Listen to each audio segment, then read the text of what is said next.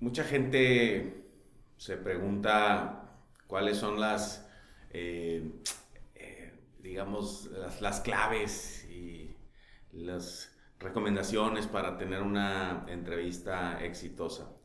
Y pues a mí me ha tocado la suerte, la muy buena suerte de entrevistar ya a 14,000 personas y he aprendido mucho de ellos.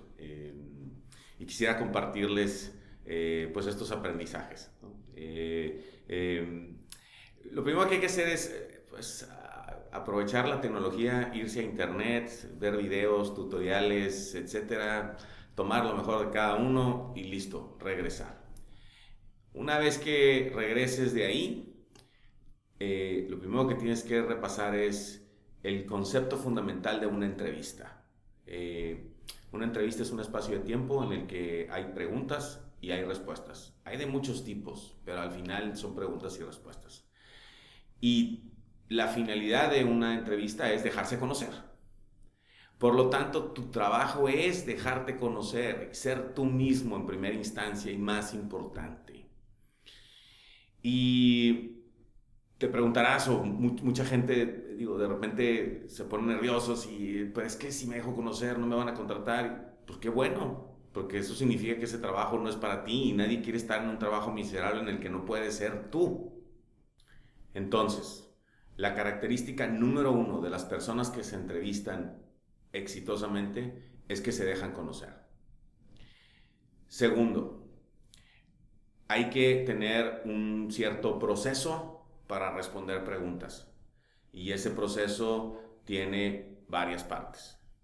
La primera, hay que deshacerse de la idea de que la entrevista es para hablar de tu vida o narrar la historia de tu vida. No, no es así. En una entrevista, las preguntas hay que responderlas en forma de bullets, como si fueran una presentación de PowerPoint. Por ejemplo, si eres de mercadotecnia y te preguntan, bueno, háblame un poco de la marca que llevas. Tienes que decir, bueno, mira, es una marca que es para mujeres de entre 25 y 35 años, del sector económico B, vendo 250 millones de dólares al año y tengo el 82% de participación de mercado. Bullets.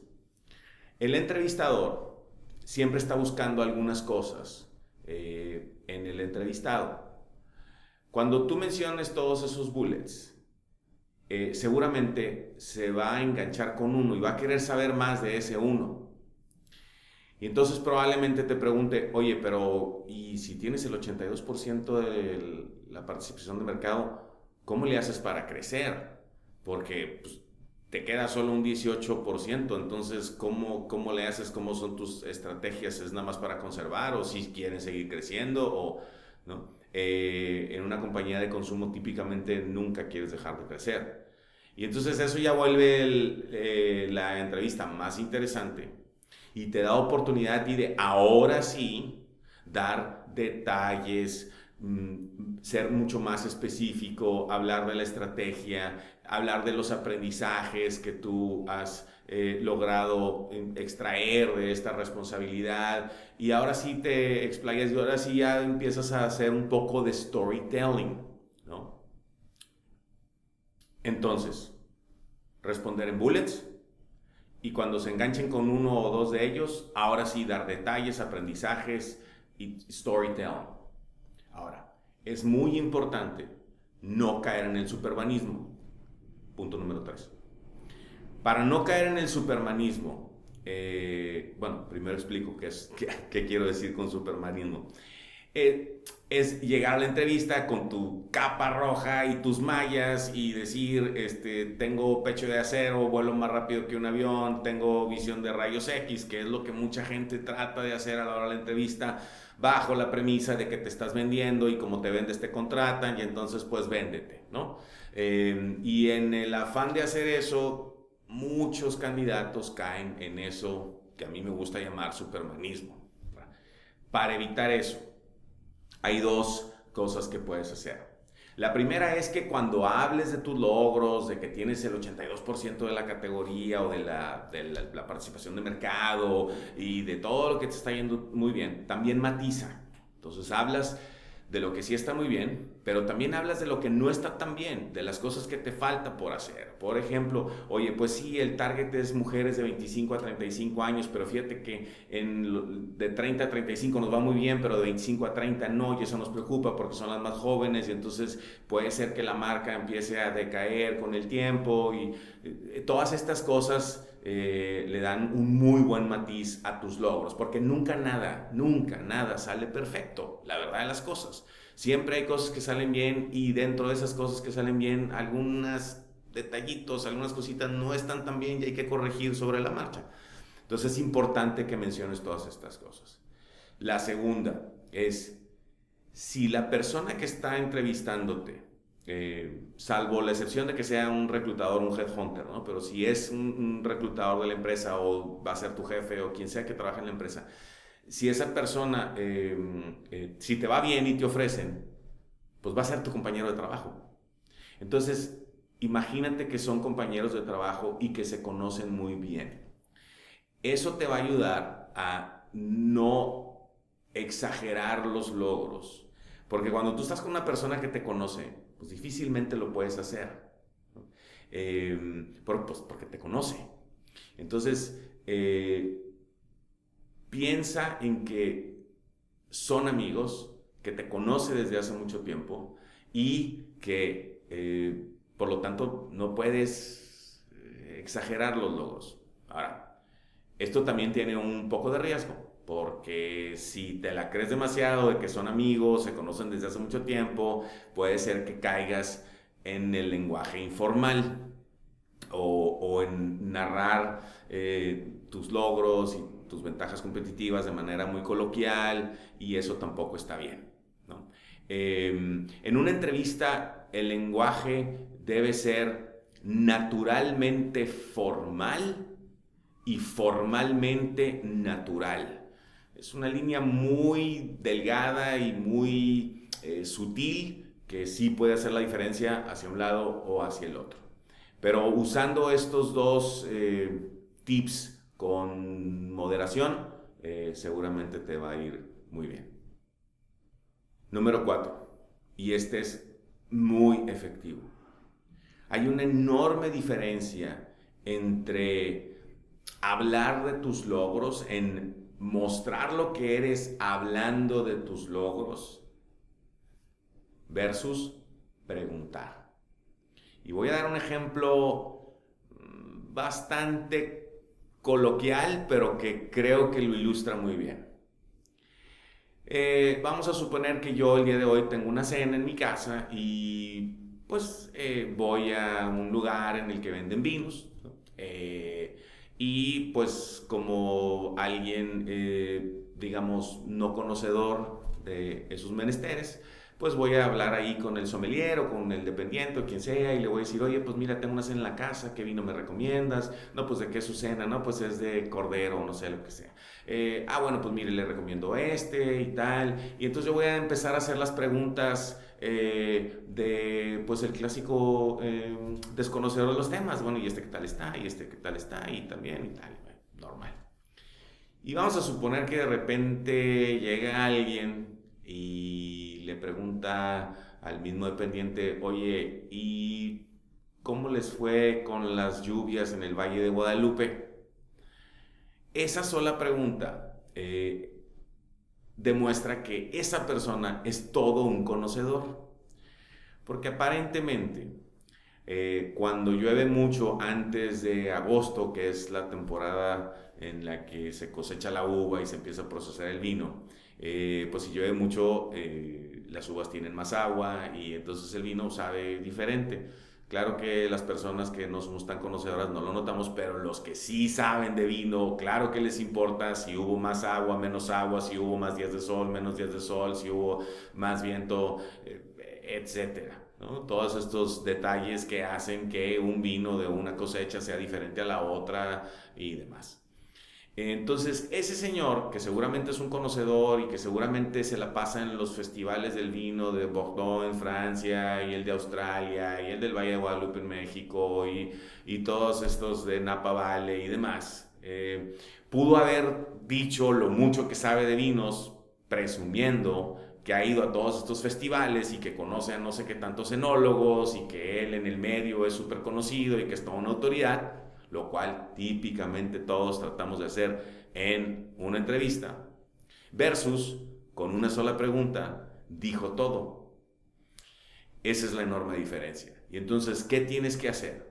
Tienes que analizar tu trabajo actual y los trabajos anteriores y decir, a ver, ¿en qué cosas me he hecho muy bueno como resultado de lo que yo he hecho? ¿Qué es lo difícil de estas posiciones que he tenido? De esta y de esta y de esta. ¿Qué era lo difícil? Si yo tuviera que dar una clase de 5 minutos de lo que yo hago, ¿qué le diría a los alumnos? ¿Cuál es el destilado máximo de lo que yo hago? ¿En qué tiene que ser muy buena una persona que me va a reemplazar a mí? Y no estamos hablando normalmente de conocimientos técnicos. Los conocimientos técnicos son muy entrenables, muy legibles, cursos y demás. Estamos hablando de aquellas habilidades que solo se desarrollan con el tiempo haciendo lo que tú haces. Una vez que haces ese análisis, entonces ya vas a saber qué preguntarle tú al entrevistador. De manera que cuando hagas esa pregunta, el entrevistador va a decir, este sabe, este es exactamente lo que estoy buscando, a este ya le pasó, este tiene la experiencia que necesitamos para esta posición, tan solo con esa pregunta o esas dos preguntas que me hizo. Quinto y más importante de todos.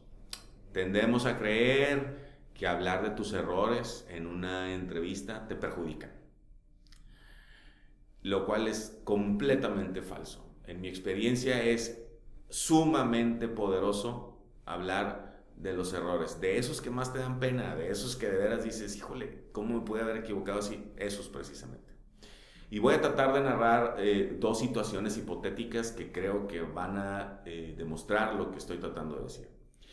Vamos a suponer que por esta puerta entra una persona, todo un ejecutivo, zapato Prada, traje Hugo Boss, corbata Hermes, bien parecido, una presencia increíble, un estilo de liderazgo desbordante, unas palabras inspiradoras, bueno, todo un perfil de esos que pocas veces se ven.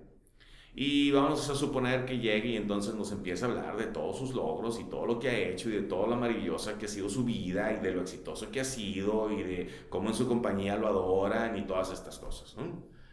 Típicamente lo que se dice en una entrevista lo exageré un poco. Bueno, si esa persona hace eso, nosotros al escucharlo vamos a estar pensando, híjole, pues está demasiado maravilloso como para ser verdad. O sea, ¿qué tanto de lo que me está diciendo es real? ¿Y qué tanto de lo que me está diciendo es flashy factor para venderse mejor?